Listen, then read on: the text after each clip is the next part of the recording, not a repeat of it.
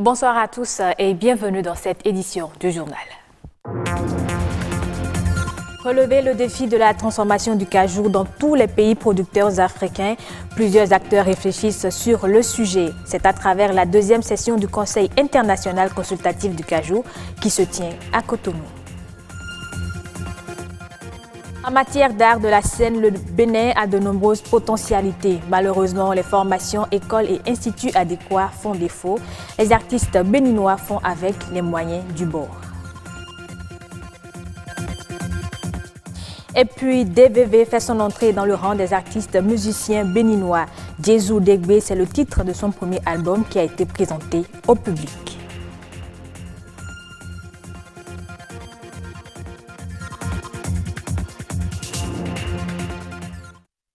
Après la Côte d'Ivoire en septembre 2017, c'est au tour du Bénin d'abriter les travaux de la deuxième session du Conseil international consultatif du cajou. Objectif, adopter les tests d'opérationnalisation du dit conseil et lancer les perspectives pour une transformation plus accrue de la noix de cajou.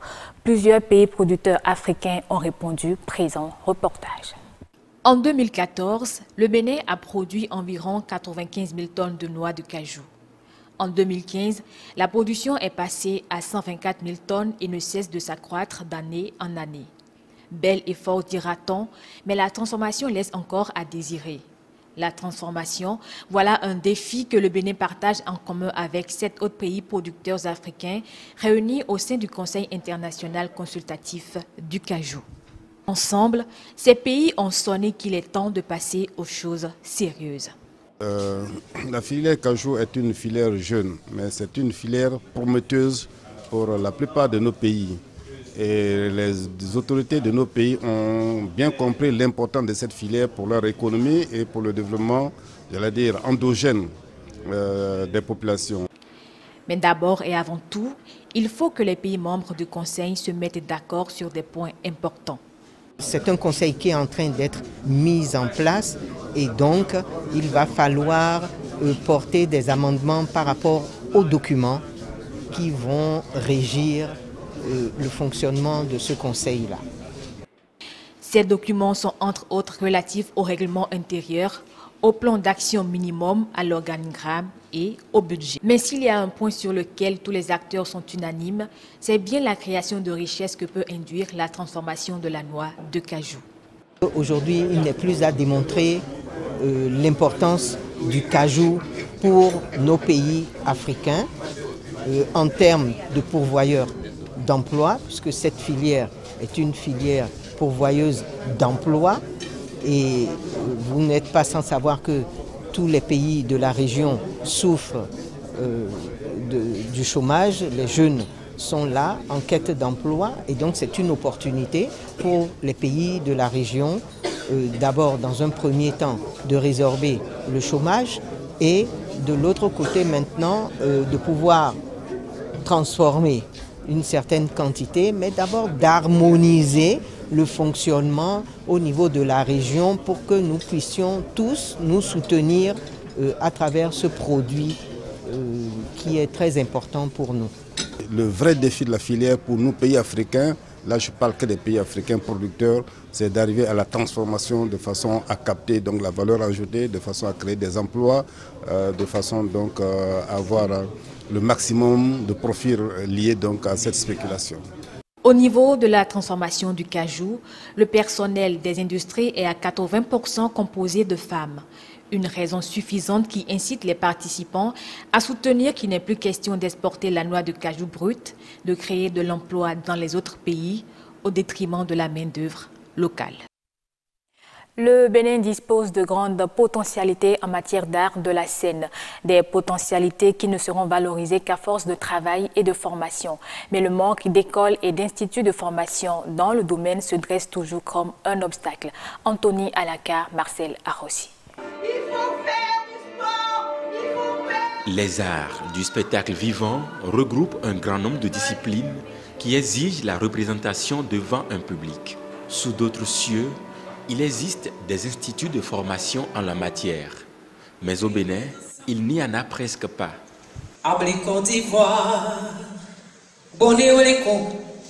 Je ne veux pas dire que nos dirigeants manquent de culture. Je ne veux pas dire non plus qu'ils ont toujours manqué d'ambition. Mais tout peut porter à croire ça. Parce que quand je prends l'exemple de la Côte d'Ivoire, le Bénin, le Dahomey d'alors, sous la conduite du directeur de la culture, de la jeunesse et des sports, du nom de Campbell Flavien, devant les plus grandes nations du monde, le Dahomey d'alors avait eu le premier prix. Premier prix en théâtre au Festival des Nations. C'est depuis 1962. C'est ce prix-là qui a poussé Houphouët-Boigny, président de la Côte d'Ivoire d'alors, à appeler ce même expert en disant si ce petit pays réussit à avoir un premier prix au Festival des Nations, au Théâtre des Nations, il faut que mon pays ait le premier prix tout le temps. Alors pour que mon pays ait le premier prix tout le temps, c'est qu'il faut former les gens pour avoir le premier prix. C'est une école que moi je veux, non un spectacle. C'est comme ça que l'INA, l'Institut d'art de la Côte d'Ivoire, est né. Par un coup de tête, par un sursaut d'orgueil, et de patriotisme de Houphouët-Boigny.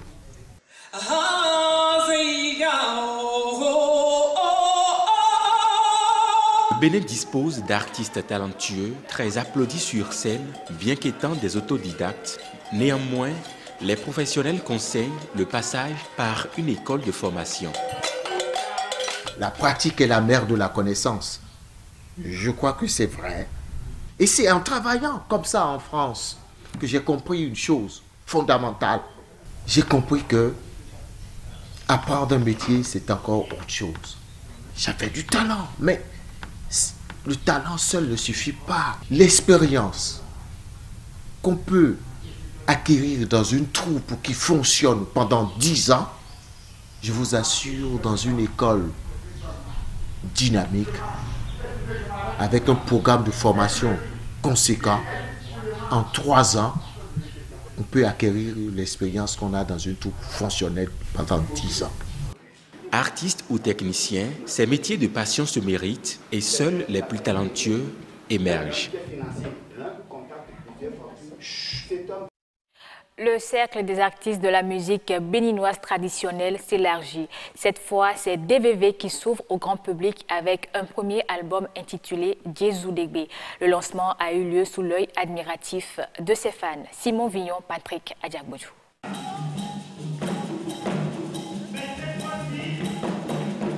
C'est une danse royale, jadis exécutée par les Amazones du royaume du Dahomey, signe de leur bravoure à combattre l'ennemi. La danse Hungan s'invite désormais dans le gospel et devient un symbole d'allégeance à Dieu. Alphonsine Wetieko, connu sous le nom d'artiste DVV, Dieu vivant et vrai, en fait une source d'inspiration. Mon Seigneur, il est le roi des rois. Hungan, c'est pour les rois. Et le roi suprême, c'est mon Dieu. C'est pourquoi j'ai préféré le Hungan. Sa musique puise ses racines dans les valeurs endogènes et fait danser ses fans. DVV n'est pas devenu artiste pour satisfaire uniquement sa passion de chanter, mais pour mettre sa voix au service de Dieu. Les gynécologues de ce monde m'ont dit que je ne peux plus jamais faire d'enfant. Et le Seigneur m'a fait grâce.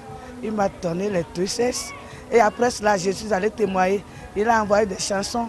Ma fille va chanter pour que les gens sachent que je suis encore à l'œuvre. C'est pourquoi j'ai commencé par chanter pour Dieu. Dans ce concert rythmé par des pas de danse et la générosité de ses admirateurs, DVV a su dédier tout son être et sa carrière d'artiste à l'Éternel. J'ai vu la joie dans le cœur des gens. J'ai vu que des fardeaux sont libérés. J'ai vu qu'il y a de l'enthousiasme et le peuple, la musique béninoise est glorifiée. C'est à l'honneur pour la gloire de Dieu. Quand on chante la musique béninoise, nous comprenons mieux les messages véhiculés. Et c'est facile à un Béninois de danser le rythme de chez lui. L'artiste livre sa musique au grand public avec son premier album vidéo intitulé Djezou Degbe. qui signifie en français « Jésus ordonne ». Hors du Bénin, à présent, coup de frein sur la croissance de l'économie nigériane. Selon des chiffres dévoilés, le produit intérieur brut du pays a affiché une hausse de 1,50% au deuxième trimestre 2018 contre 1,95% durant le premier trimestre. Cette baisse de régime est essentiellement imputable à une contraction du secteur pétrolier au deuxième trimestre. Les secteurs du transport, du BTP et de l'électricité ont en effet tiré la croissance durant le deuxième trimestre, tandis que la croissance du secteur agricole est tombée à 1,3% contre 3% une année auparavant. Au Mozambique, la société énergétique hydroélectrique qui assure la concession du méga barrage hydroélectrique a doublé son chiffre d'affaires au premier semestre 2018. Elle affiche 10 millions de dollars, soit 5 milliards 500 millions de francs CFA, ce qui représente 43,7% du chiffre d'affaires des compagnies nationales qui ont connu une croissance nominale de 137,9% de leur chiffre d'affaires pour la première partie de cette année. Fin de ce journal. Merci de l'avoir suivi et bonne suite des programmes sur BB24.